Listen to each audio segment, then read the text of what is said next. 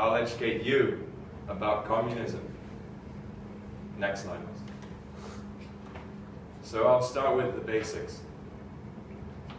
We'll start with Karl Marx and how communism and socialism came to be. So Karl Marx was born in 1818. He was a prominent German philosopher, economist, historian, and a revolutionary socialist.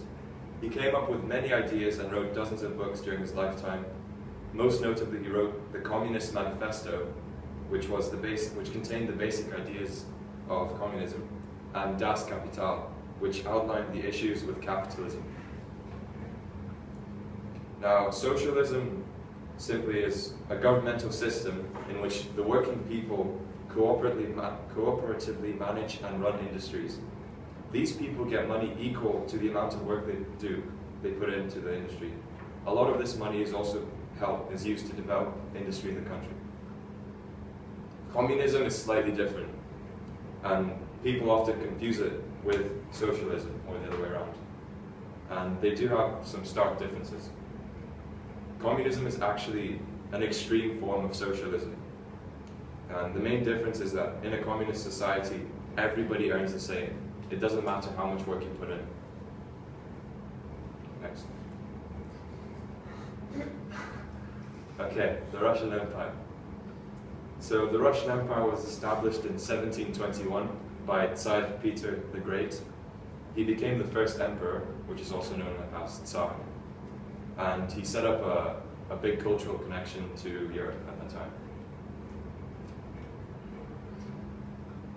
Closer to the 20th century, the empire started to decline. Russia had been experiencing many difficulties with its economy. The 2-year Russo-Japanese War had drained many resources and just made people angry at it. Many believe that the war of 1904 was the tipping point for the revolution of 1905.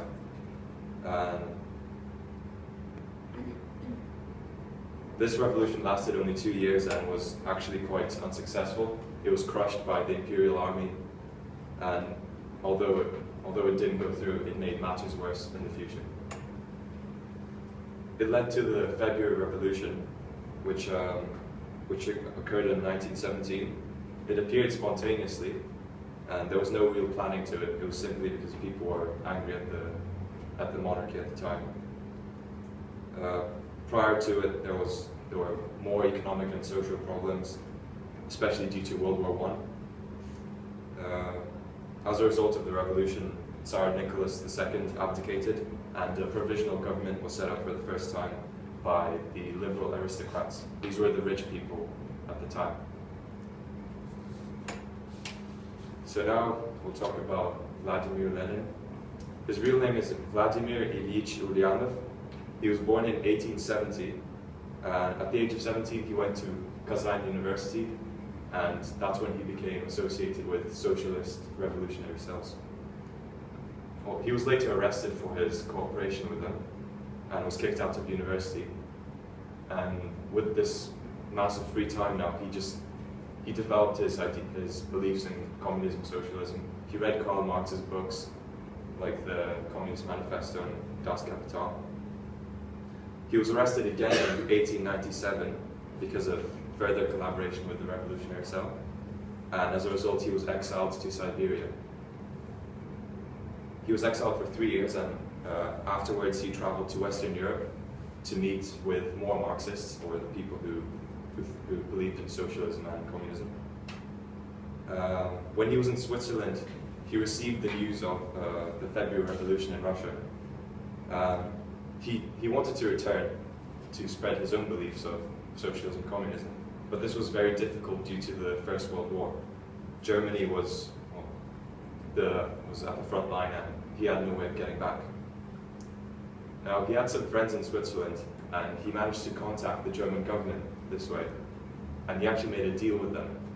They funded him, and they gave him safe passage to travel to Russia to bring down the provisional government, so as to weaken the Russian government and to increase their chances in World War I. So when Lenin arrived, this was known as the Red October. At the time, the provisional government was already weak and quite unpopular. And again, the country was experiencing massive economic problems. There were food shortages. So this was the perfect time for Lenin and his group of people to take over the power. The revolution occurred in October 1917, only a few months after the February Revolution, and it was pretty small scale. It only occurred in the main city, Petrograd, which is also St. Petersburg right now, and it resulted in Lenin and his party, known as the Bolsheviks, in complete victory in the city. They took over power, and Lenin, Trotsky, and Stalin emerged as the most important figures at this time.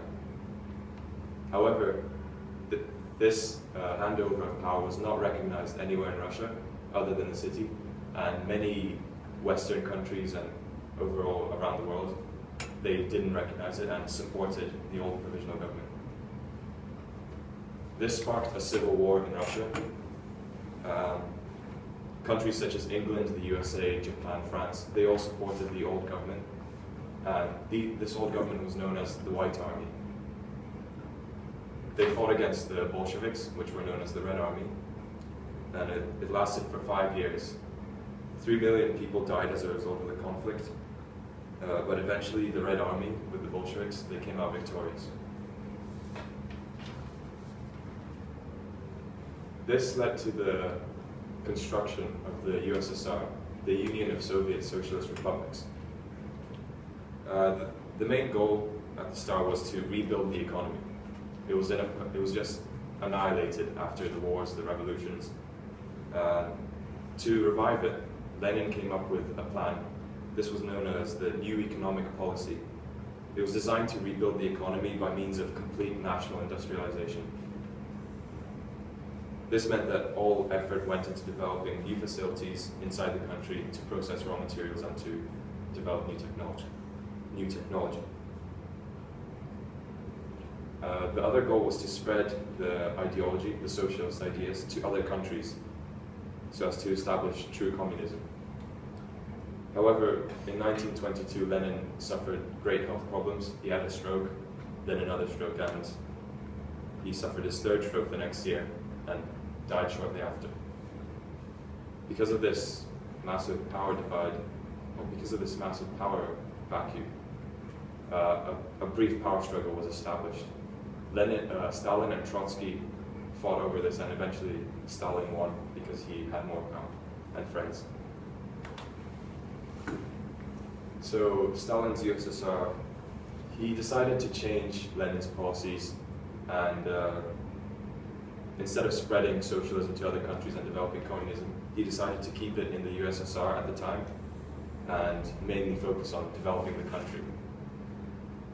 Lenin's new economic policy was scrapped completely, and a new one was developed. A highly centralized command economy was established. This meant that the economic development was pre-planned by the state, by the people in power, and was usually enforced through mass labor, detention camps, gulags, work camps, and generally a lot of hurt towards the people. Although Stalin managed to raise the USSR from nothing in a brief time, he did result in quite a lot of consequences, such as the estimated deaths of 20 to 60 million people in the whole of the USSR. But if it wasn't for this, it could be argued that World War II could have been completely turned around if the USSR had not developed. After the Second World War, the USSR, Britain, and USA, they were the biggest powers. Many countries in Eastern Europe, which were freed from the Nazis, they believed that socialism was a good thing, as it prevented the rise of Nazis again. Now, Britain and the USA didn't like this at all. They wanted capitalism to spread. This is believed to have sparked the Cold War. Germany was split into two states, the capitalist West and the socialist East. This was also followed by the establishment of the Warsaw Pact, which basically gave protection to all socialist states. Now, with the Cold War, socialism continued to spread around the world. There were developments in China with Mao Zedong, in North Korea, in Vietnam, and in Cuba, right next to America. Now, this was seen as a very dangerous situation by the USA because socialism had spread so closely to them.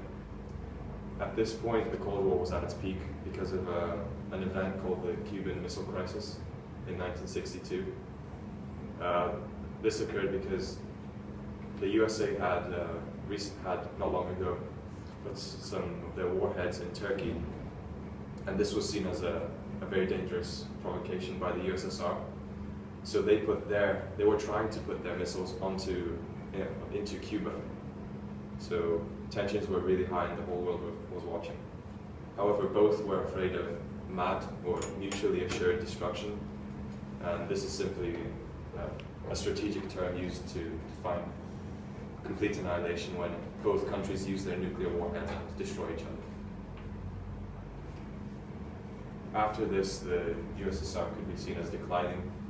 New leaders, they began to they reformed the economic policies, they made it slightly more open, and this actually split many socialist countries like China and the USSR.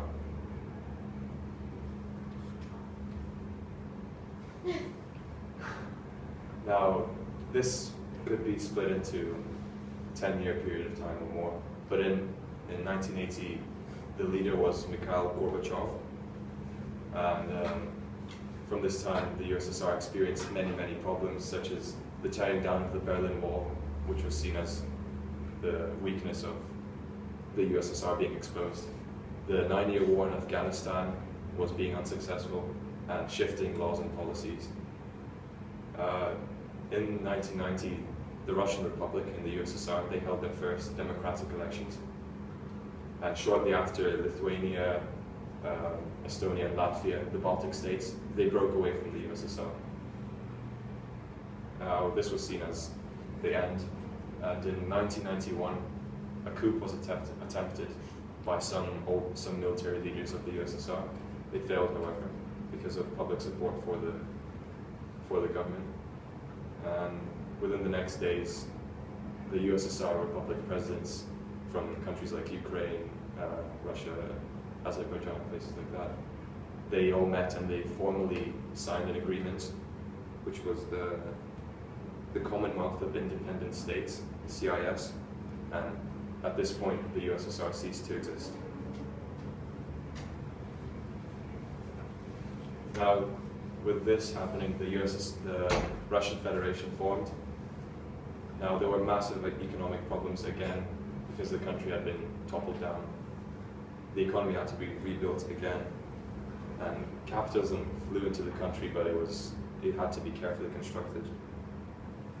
From 1992 to 1999, the country was suffering a financial depression. Stores were empty, there were no goods, and my older brother, he had no diapers to wear at all. However, in the year 2000, Vladimir Putin was elected. The economy began to slowly develop. Foreign investors joined the country, and Russia is nowadays regarded as an emerging power based on the gas reserves. Reliance on Russian gas in Europe is very high, and this was seen in 2006 and 2009 when Ukraine failed to pay up on gas payments, and as a result, the gas supplies transported to Germany and France dropped by 20 to 30%.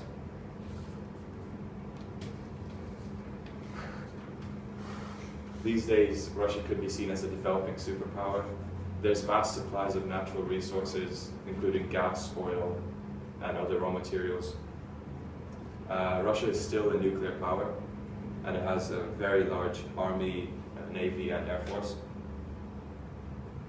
It was up until recently, part of the G8, and is still said to be part of the G20. This could give it, well, this did give it, and could give it more ability to influence the whole world. And Russia is also part of the BRICS, which is a group of countries still developing at this time, which, if they collaborate in the future, they could develop very well together. Now, the issues with New Russia. The current political system is heavily influenced by oligarchs. These are people who managed to steal chunks of the old USSR, of all the state-owned businesses, and today they're millionaires, billionaires, and they continue stealing money because they never have enough. Russia's economy is also overly dependent on oil and gas, which accounted for 20% of its GDP in 2008. And because of the financial crisis in 2008, the Russian stock market and currency both came under extreme pressure. Russia also has an aging population with a serious health crisis due to AIDS, alcoholism, and heart disease. And the population fell sharply from 1996 to 2006 because of the collapse of the USSR and depression. Russia is also seen as a difficult place to do business in. Well, I don't know why. But compared to China, only 1/50 of foreign investment is in Russia. Now, what the future holds, we need to face.